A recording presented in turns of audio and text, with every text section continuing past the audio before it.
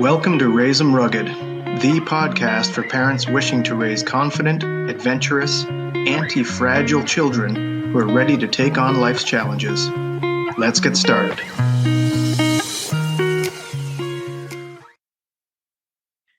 Adam, let me pronounce your last name properly. Bienenstock. Look at you. First try.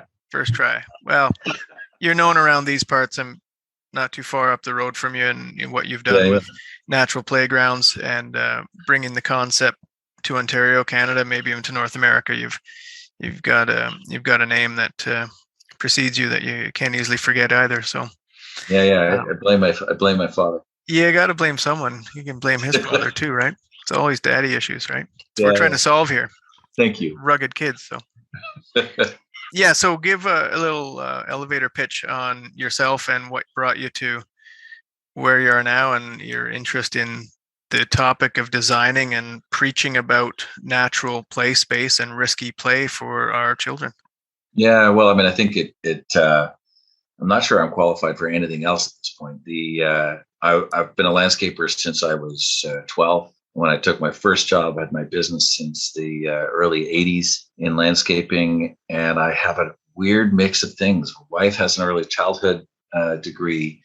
Father is, if you look him up, known as the father of mucosal immunology, specifically around how biodiverse environment affect your immune system. Right. And then I was pushed into it by one of the guys, I guess one of his drinking buddies, who was the guy who wrote the basis for early childhood certifications for teaching in early childhood, who listed all the benefits of sensory play and the cognitive and developmental markers that you hit. So somehow I do this sort of mix of immunology, early childhood, child development, and landscape around sensory play and fundamentals of child development. And that's building natural spaces for kids. It becomes an obvious next thing. So I think I got stuck, and I always felt it was just weird that people weren't doing this. Mm-hmm. Never occurred to me that I was being a maverick in any way. It just felt really weird that no one was doing this, because it was obviously more fun. That's what I had fun doing. So, when I was asked to design a playground, the playground really was just a weird creek with a tree that had fallen over it. And they patted me on the head and said, "That's nice. I asked for a playground." And I said, "No, this is it. This is fun. This is fun. This is the play." And they didn't get it, but a lot of other people have. So, yeah. That's interesting. The immunology part of it, we've often joked, but I think it's true. I have two boys. This is sort of what started this. If you had a chance to watch any of our little adventures, we keep putting more up there. 6 and 8 years old. We live out in the country, so most of their play space is very akin to the things that you design to put in cities for city kids. We're on a little 10-acre property. I've got a natural pond and stream in the backyard and trees and rocks, and they climb. We have the landscape business, so they're climbing on our rock piles. This is just what they enjoy doing, jumping from trailer to trailer, right? Yeah. And what you're putting together is sort of condensed versions of what's out for the country kids. Right? Yeah, and I think you're right. I mean, I took this job really seriously. So my kids are 14 and 15. So you have my empathy, sir. Mm-hmm. But I guess there were two things that really triggered it for me. One was I knew they were going to be 14 years old someday and ask me what the heck we did to the planet, because it was my generation that watched over a lot of the problems that we have now.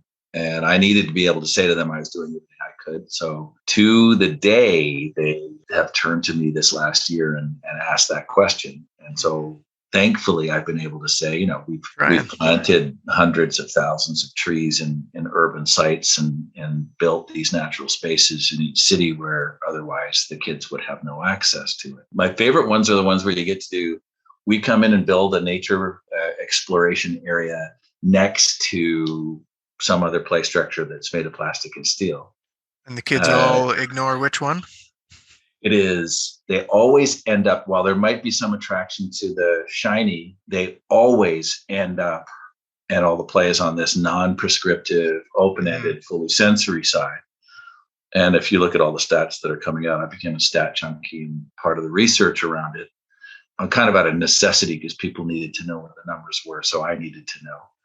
And so there were holes in the research. So I got involved. But yeah, that's what happens, is that they cycle towards the stuff that they cannot necessarily predict or was not prescriptive, and create their own games. And that's the extension of play for them. It makes total sense. So two things. One, just going back to the immune response, we've often joked that our kids, they hardly ever get sick. Right? They're healthy kids, and we try to feed them healthy and really limit the sugar and all that. Like we've learn now in our generation that that it's probably the worst toxin that we're all putting into our body all the time is refined sugar, and it's everywhere, and it's a whole other podcast.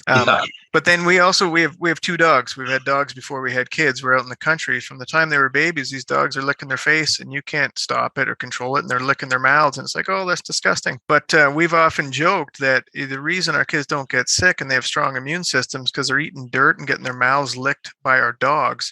But I think there's probably some value to that. Maybe you know more about that. Well, there's some very distinct research around this. So a few years back, there was a thing that came out called the Helsinki Alert. And that was the top immunologists from around the world, worth looking up if you're interested in science behind this stuff. There was a guy named Richard Louv who wrote a book called Last Child in the Woods, Saving Your Children from Nature Deficit Disorder. And Rich and I have had I've been lucky to spend some time with him over the years. And he was always the first to say, I just made up the nature deficit disorder thing. It's not a thing. Well, the Helsinki Alert came out from all the immunologists to say, no, this is a thing. This is the lack of connection with nature, the lack of macro and microorganisms that you find in a biodiverse environment fundamentally affect your stress and anxiety issues. And that is the work of my father quite specifically, but also all kinds of things that are related to that lack of those bugs that you find in dirt that you get into your mouth by playing. There's stuff around pets and the micro and macroorganisms that come with them when they play in that dirt. You get it onto you and into your system. So much so that my father, when I was a kid, used to say I was not allowed to wash my hands before dinner. That was our norm. I would be out for 8 hours a day, and I'd be banging away up the creek, and I would come back filthy, and you'd sit down and you'd eat. And I wasn't supposed to wash my hands until I finished eating. Our kids wash their hands, but I guarantee they don't do a good job. So, so probably okay. And can you imagine trying to say that to people in the last year, or the last 2 years? Oh my goodness. But in fact, if you were outside, you were at least, depending on which one of the studies you want to follow, 1,000 times less likely to get sick outside than in. Oh yes. And that those very same things. So we talk about stress with kids, stress and anxiety, directly related to the gut biome and its discussion through the mucosal system with your brain.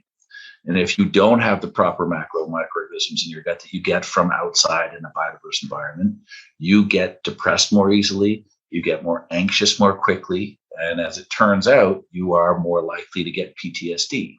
Wow. So there you go with my dad, who used to be funded by pharmaceutical companies. All of a sudden, he's being funded by the U.S. Army because it turns out that he has better solutions for PTSD than any of the drug formulations. Wow. And it's to do with the stuff you find in dirt. Amazing. Yeah. Amazing. The benefit of being outdoors. And it shouldn't be any surprise to anyone. It's amazing that we have to have studies and someone write a book about it and all this stuff. Listen, our species has been here for, I think the latest estimates are nearly 200,000 years in this exact form, this exact brain capacity, everything. What were we doing for the first 195? We only know 5,000. Right. So it is so hardwired into us, like to think that now we can come indoors and spend our time indoors in front of computers and not have crazy effects, that it's short circuiting us. Right. Yeah, no, we're hardwired on an evolutionary scale. Right. To need contact with the outdoor environment. I've turned into the last 2 years, I turned into like an old man that yells at the radio. Oh yeah, I can't have the radio on. Listening to a thing. And it was, I can't remember which school, but I'm pretty sure it was the TDSB, but it doesn't matter. It was a school board talking about this great idea that they'd had, which was how to combat COVID with air circulation. And it was that they were going to open their window. And I started yelling, where you could just go outside. Yeah, put them outside. Yeah. Because that became a huge portion of our work over the last 2 years, is to build outdoor classrooms and to extend those classrooms outside, because we measure our success by how many kids we connected to nature today. Yeah. And not by how much stuff we sold or how many playgrounds we built or which time we got into the paper or got to have a conversation like this, but how many people did we affect by this work? So if you go after schools and you have them teach outside, you change those numbers significantly. Yeah. And that's been the huge shift that we've seen, positive outcome from the pandemic is people are asking for that now. No, it's amazing. And the rise in these forest schools that are popping up all over the place. I think I'm recording an interview tomorrow with someone who's starting a forest school nearby here. A lot of teachers are getting out of teaching. They're getting out of the school boards for a variety of reasons, some political, probably a lot political. But then they're also realizing that there's other ways and other methods, and they're integrating things from Montessori and with their conventional curriculum and getting outdoors, right? Yeah, And absolutely. it's when you look at that evolutionary standpoint, it's like, yeah, imagine where kids from an evolutionary standpoint would have done all their learning. All their learning would have been through play and social interaction. Well, and it still is. I mean, that is the work of a child is play. Mm-hmm. And that's not just sort of a trite comment. That's It's true. really genuinely true. That is how children learn. And so quick exercise that if I can't get people's head around this, the quick exercise we do is I want you to think of your first favorite thing that you did outside, whatever that was. Early years, pre-8, what is it? Like, and everyone will come up with a different thing. Yeah. So I'm going to ask you, I'm not going to ask you what it is, but I'm going to ask you right now. So how many senses were engaged? I'm sure you can picture. Oh, yeah. How many senses I'm picturing engaged? something when you say that, being up at a cottage we used to go to, and the whole back hill was sand. And for us, it felt like it was infinity. And it was a big sand hill down to the river, the most giant sandbox in the world. So it was everything from sand, digging in the sand, rolling down the hill, jumping off stumps into the sand, everything about it, right? And you'll Tire remember swings over it. And you'll remember the crunchiness of the sand when it got in your mouth. Yeah. You can chew it. There's a feeling to that. So the trick to this is you can ask anybody that question. And I mean anyone, anywhere in the world. And I've been asking that question for a full 20 years now. Every one of them will say 4 or 5 senses were hit by that. And it doesn't matter what the experience was. The only way that experience becomes your favorite, the only way that information becomes sticky is if it was fully multisensory. So if you think about the way we teach in schools, inside, we're taking away that multisensory experience and by definition, making it their least favorite experience of the day.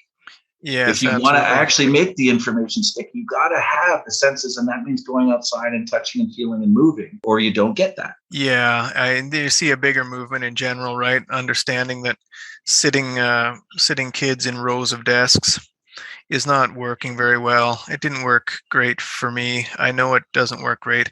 And I know there's a lot of studies on sort of the decline of boys in the conventional school systems in particular, because they just have more of that, whatever hormones, testosterone, whatever it is, less ability to sit still, even more so.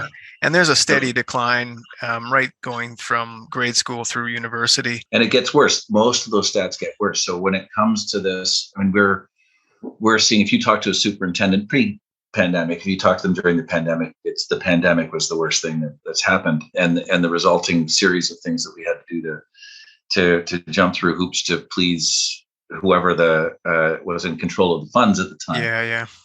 Highly political, but bottom line was that for most of them, it's aggressive behaviors amongst kids, bullying rates and aggressive behaviors, and also attention spans and focus in school. Well, I can solve that to a 90% improvement by changing the environment outside and the time they spend there. If I can get them an hour and a half in a full sensory rich environment outside, 90% improvements in bullying, 90% improvements in attention disorders. If you just go across the nation, 72% of the kids that have been diagnosed with ADHD, it goes away if you put them outside in a natural environment. Wow. For an hour and a half a day, no Ritalin. Wow. 28% of the kids still need the Ritalin. Yeah, but how are you going to sell Ritalin? It's not my sell. But I can solve for 72% of that problem if I can get them outside in those environments for an hour and a half a day. So we're not actually talking anymore about connecting kids to nature when we speak with schools. We're talking about solving for all of the other problems that they're facing. And nature is the tool. So I don't care. I don't sell them a connection to nature. I sell them a solution to the problem. Yes. Connection to nature isn't the problem we have to solve at all. It's the solution to It's the the other solution. problem. It's the solution. Amazing. Yeah. And that works much better because people aren't going to buy things or make changes for my reasons. So okay, and so what are the possible negative side effects of getting kids outside to learn if it solves these problems, right? And that's the great part about this. Right. And people talk about, well, it's just one more thing for the teachers to do. Well, I'll give you the teachers will love it too. They're probably happier at home at the end of the day as well. 50% reduction in teacher absenteeism if we allow them to teach. Amazing. Outside. 50% reduction. Amazing. So, and these are easy stats to grab hold of. So people worry about risk of injury and say, well, we don't know. They're going to get splinters. They're going to get this. They're going to get that.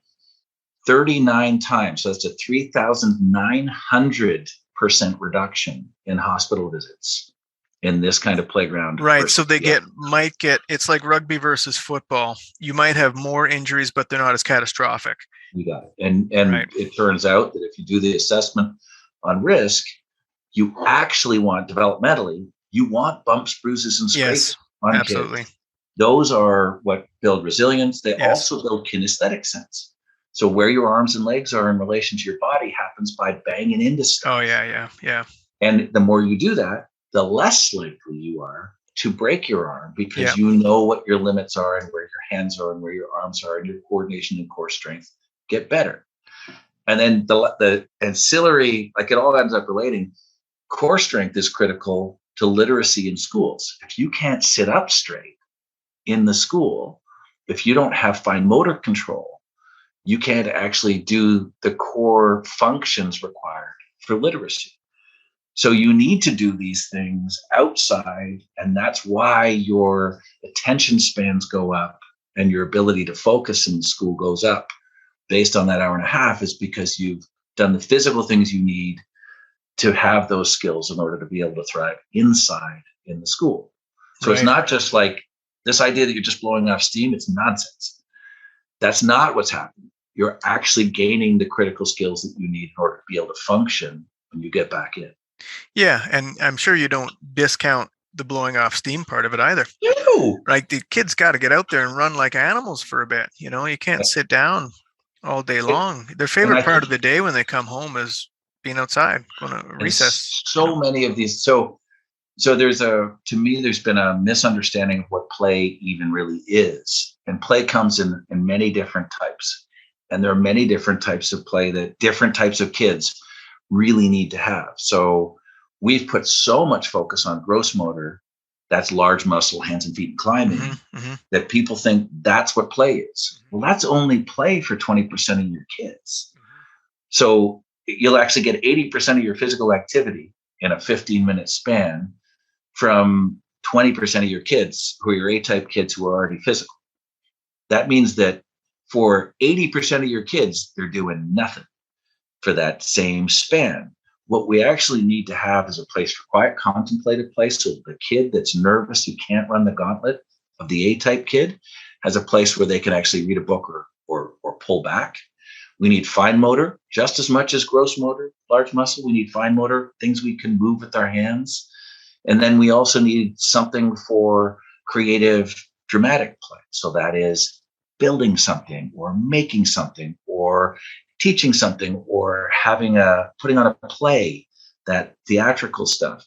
So those four elements are equally important. And what'll happen is your A-type kid that'll take over and run around like 20 pinballs that just got put in the machine at the same time, they will shift from their gross motor thing. They'll go there first and they'll move out and go to some of the other forms of play. Your kid that has no place of mastery normally will go to the quiet contemplative or go to the fine motor. And as the A-type kids shift out, they will shift in. Your length of play goes up and they all get to enjoy all of it. Problem is, if you only do 15 minutes, it all sucks. It's all the aggressive stuff and none of that. Nothing else. Settling in, focused, collaborative play. It's really hard to get that to happen. So for that reason, recess is the perfectly wrong amount of time. Right. Like you they're just their warm up. It's just their warm up. They just got warmed up. Yeah. And now they're got to go Now back they into can come training. back and actually figure out what they really want to do. And by then the bell, it's time to sit back in your seat. And you can imagine some kids are probably just, a little overwhelmed by going out there, and you've got all the rambunctious kids, and you spend 10 minutes just not being overwhelmed anymore, and then you maybe start getting engaged with something, and now the bell rings, it's time to go back in. Wow. So that's why we need the outdoor classroom piece in schools, because we're not going to get to the point where recess is an hour and a half. We need to actually teach out there. Mm-hmm. So if we're teaching out there, now we actually have enough time out there that they can all settle in and find their place. And believe it or not, the focus is better for kids that would normally be bouncing off the walls after that 15 minutes. There's like 9 to 12 minutes is the number where it takes them that long to settle in for kids that are more Right, active. right. And then they start to settle into some sort of gameplay, and it changes. The dynamic of the space changes. So yeah, if you follow that, you start to see the result. You also understand why sometimes you go to a school and the teacher's like, I don't want to do anything outside. Outside sucks. And it does for 9 to 12 minutes if you're the supervisor. But if you let it go past that, they settle in. They're not seeing any of the good stuff. Those Right. Teachers, unfortunately, are being biased against this in that process. So not surprising that you're going to be interviewing someone from a forest school who's sort of saying, okay, enough of that. Yep. We're going to teach outside the whole day. We're going to change. We're going to flip the switch. So early on, you had to do a lot of convincing about this whole concept. And now I assume not so much, but you still get different parent groups, teacher groups that still are sort of behind the times on the risky play, natural play. And it's changed. How do over you see the that years. evolved? Yeah. Yeah, it has changed over the years. So, I mean, we used to go in, when we had an opening or saw an opening, I mean, sometimes we would just raise the money and go ahead and offer a free park we did that in Toronto. We offered them a free park, and we raised $350,000 and said, where would you like us to build your new park? Right.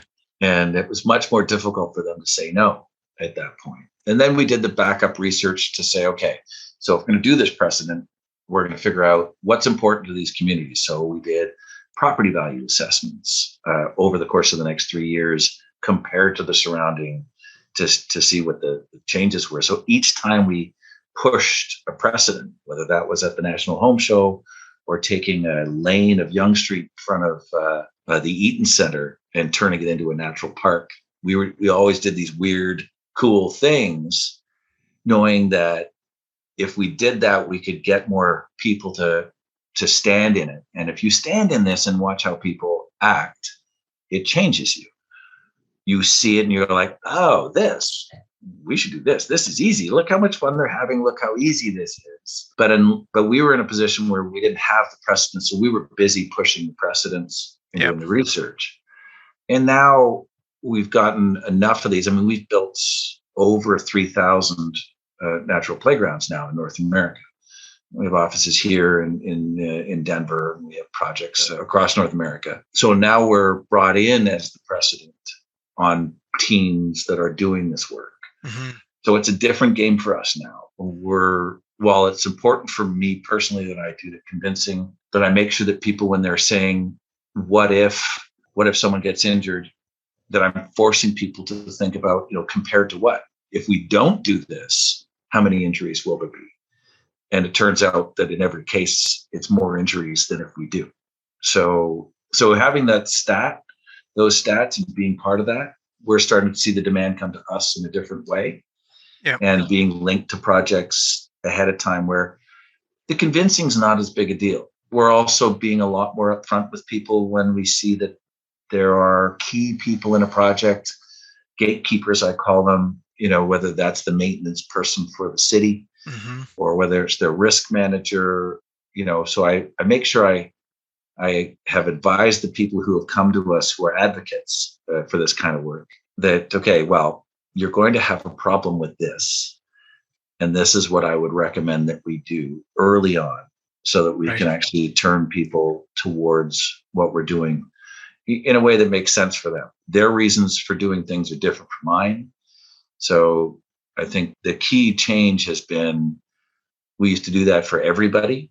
and we used to do a lot of advocacy work. Now we're being much more targeted with the individuals within a group and a process that allows them to come. What other? Yeah, I guess a couple things I've talked about with and read about this whole. When did things get to be so safe, and what are your thoughts on what led to it? Yeah, I mean, I think there's a bunch of things. So the safe word is, I struggle with the word safe. So a bunch of things happened. We started to have less kids in North America. So not that one of them was always disposable, but yeah, that's not what I'm saying. But there is a greater tendency to hold them closer. We also have changed. The media has completely changed how we perceive society. And I know because my phone goes off when there's an Amber Alert 100 miles from here. And I never knew before. Now, the fact that there are less abductions now than when I was a kid is not my perception. My perception is every time my phone goes off, along with everyone else in the street, and everyone stops and looks, that it is worse and our kids should not be allowed to roam. When in fact, when my roam rates were as far as I could walk that day, 10 kilometers, as far as my bike would go in that day, and then I would come back at 8 years old, the average roam rate for an 8-year-old in North America right now is 150 to 300 yards. So their worlds all just got smaller as we as parents became more and more protective, and we became less and less available. And also we became more insular. So the other thing was that you used to know everybody on your block, in your neighborhood. If your kid ran amok 4 blocks down the road, Susie from 4 blocks down the road would call you and say, did you know that Leo is doing blah, blah, blah? And as a parent, you always had those eyes. And the eyes in a neighborhood have also changed. Those communities have become more insular. The individuals in their houses have become more insular. So those issues hit, and also our cities suddenly became massive. Yeah, we used to be 80% rural and 20% urban. Yeah. Or 80% urban and 20% rural. And with that comes a cleansed experience where finding nature becomes less and less easy, and the maintenance budget for the city can't afford to look after, and the expectation is everything will be tidy. Yes. So we've removed, there's lots of factors, and they all sort of have contributed to a lack of availability and a lack of understanding of the benefit of that nature experience. The nature experience and just sort of that free roaming, or the need for independence at kids at far earlier ages than most of us nowadays would be comfortable with, even though historically children would have been making dinner and taking care of the younger siblings at that age.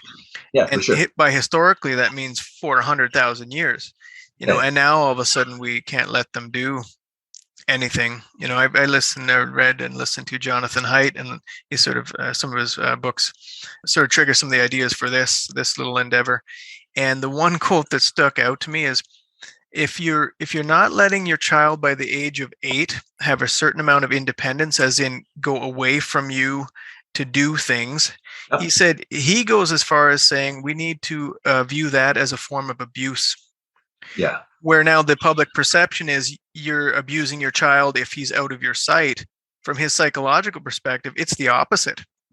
People will call children's aid if you let your kid ride the subway on their own when they're 8. Well, there you go. So this is the other part where nature provides a solution that's really kind of cool. So if you're doing a site, if you plant it properly and you actually jack it up with things that fruit, multi-stem shrubs that provide flower and fruit that are accessible to kids, you plant them in heavy clumps, and you create buffers between the different 4 types of play that we've just talked about. Then you end up in a position where, because all of those multi-stem shrubs will lose their leaves in the bottom, half meter or so. So you can still do your supervision because you see their leg or their knee or their foot, so you can see where they are, but you cannot see their eyes. And we have made a terrible mistake in how we've been designing parks for the last 20, 30 years, because we made it so that you could see everybody at all times. And that's an error. We should see some part of them, but we can supervise them by seeing their foot. And for that kid, that will be the first time in their lives that they feel that they're not being supervised, because you can't see their eyes. They can't see you watching them. Yeah. And their behavior improves if you do this. It does not get worse. A lot of the bad behaviors are acting out behaviors. So as soon as you leave them in a position where they're not feeling that, it immediately starts to calm them down, not to mention the fact that there's specific pheromones, smells, enzymes that become available from the leaves of these things that also have a calming effect naturally. There is behaviorally a piece that goes on with the sightlines if we start to mess with that. Right. So they get this sense of autonomy, that they're independent, even though you can tell that they're not laying down and bleeding, but in their mind, they have no clue you're there, right? I love sneaking up in the house when my two boys are in a room and them not know I'm there, and put my ear around the corner and eavesdrop on their conversations a bit.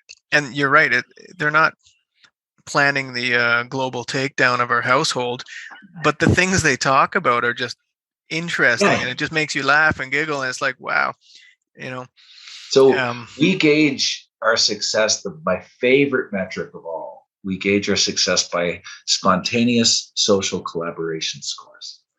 So that is the moment that two kids across age, ability, culture, that they're playing together spontaneously and without parental influence at all. Right. They're just picking it up, spontaneous social collaboration. Yep. That is another way of gauging whether or not those kids are learning empathy.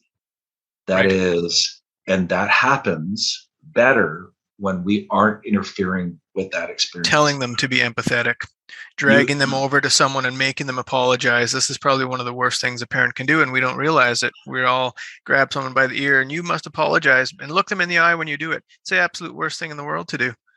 Conflict resolution is a skill you learn. The other thing is that those skills also, and I can tell you this through looking at a series of different pieces of research, but just watching, we do a ton of observation and pattern mapping in our spaces. Spontaneous social collaboration scores go up directly in relationship to the sensory experience or the sensory exposure for those kids. You take away the sensory engagement, you take away your scores, your empathy scores drop. So if you want, and probably the most important skill, probably the one I've seen the least of amongst our politicians in the last 2 years, but on every side. Yeah. But it's probably one of the most important skills that a kid will learn is empathy. Thinking about things from another perspective than your own. Yeah. And that comes with sensory engagement. And so for us, that score, spontaneous social collaboration, that's the one that if we do well on that, I know we did a good place. I know we created a good place. Oh, that's really cool.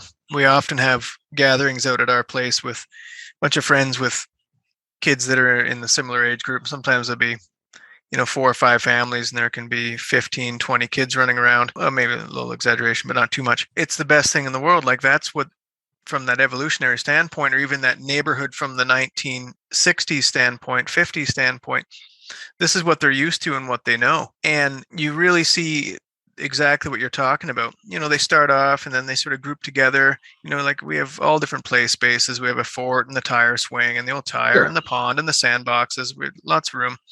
And they kind of break off into their little groups for a bit, and then maybe they'll play soccer for a bit. And it's rarely are they coming up to us and saying, we need something to do, right? Whereas so much of parenting and dealing with children now, I think, is pre-programmed by the parents. That's setting up a play date, and you guys are going to go and you're going to do this. And then I think the overabundance of organized sports, parents all think that they're doing their kids the most favor by making sure that they're involved in as many things as possible. And my hunch, and there's probably research on this, is that it's probably doing the opposite, because you're robbing them of any free play time, random interaction, figuring out things on their own. They're still being overseen by an adult when they're in sports, and the industry of it apparently has boomed something like 50, or I don't know the stats. In the last 15, 20 years, children's sports has gone through the roof to like a $15 billion industry, and it's and just so growing that industry, and growing and growing. then industry comes with product, and it's much easier to fund. But interestingly enough, if you go to the organizations that used to be the prime sort of PR agencies for health publications, so Participaction comes to mind. So we're working with Participaction right now on some projects. Participaction, if you look at their messaging, is not about sport. It's about health, and it's about healthy lifestyles, and it's about active lifestyles. And it turns out that they're more and more interested, these various different agencies who are genuinely interested in physical activity and physical fitness are becoming very interested in this idea of time outside in nature. Because it turns out that in a hockey game, between the drive there, the drive back, putting on your equipment, taking off your equipment, sitting on the bench, that 3-hour time frame, you got 20 minutes of physical exercise. Yeah. But if you spend an hour and a half outside, you got an hour and a half of physical exercise. Yeah. So, and it happened automatically. And the other part is that you're more likely to go back to that for the rest of your life. And it's reflected in your future scores for physical activity and physical health if you had a sensory experience and played outside as a regular part of your youth. So where we should be fearful is when you see stats around Parks Canada's numbers, for instance, where the age gets higher and higher, or your Botanic Garden numbers, where the age of membership starts to get over 70, or where the average age of people who are going to our national parks are 52. That's a problem, because that means that we're missing this whole section. What it really also means, and now you're starting to see Parks Canada, and you're seeing these organizations with programs for youth, because they've realized if we don't have them early, if we don't imprint these activities in them early, they do not seek them out later. That we only have that first decade to make that impression, so that for the rest of their lives, they see it as their favorite thing, and they find ways to go back to that. If we miss them, we end up aging out. Wow. On the action. And then who is it? And there's this great line of, you're never going to fight to save something that you don't love. And you're never going to love it if you don't know it and haven't experienced it. And that's what I think of when I think of the planet. Right. And so if we haven't had that visceral experience, that empirical knowledge of getting our hands wet and dirty and loving it, then who's going to fight for that? We have to, as a society, imprint that experience in our kids. The wild spaces. There's nothing wrong with organized sports. It's just maybe at the point that it's another thing. Can't be done in the absence of this. Right. Right. If it's not a replacement for this important part of child development. Yeah.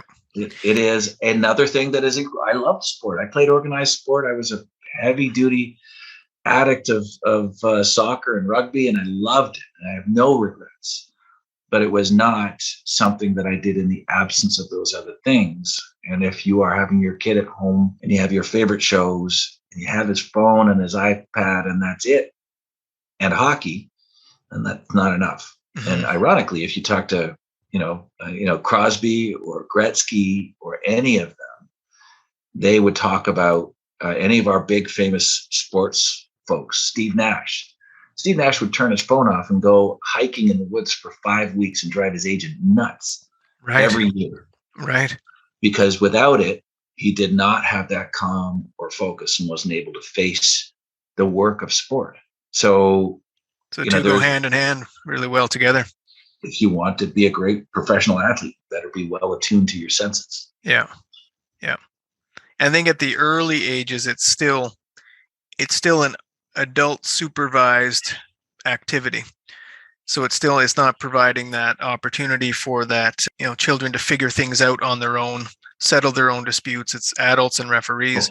And I think, so even having those little hidden spaces within the parks that you're designing, it creates the opportunity for children to have to settle their own disputes.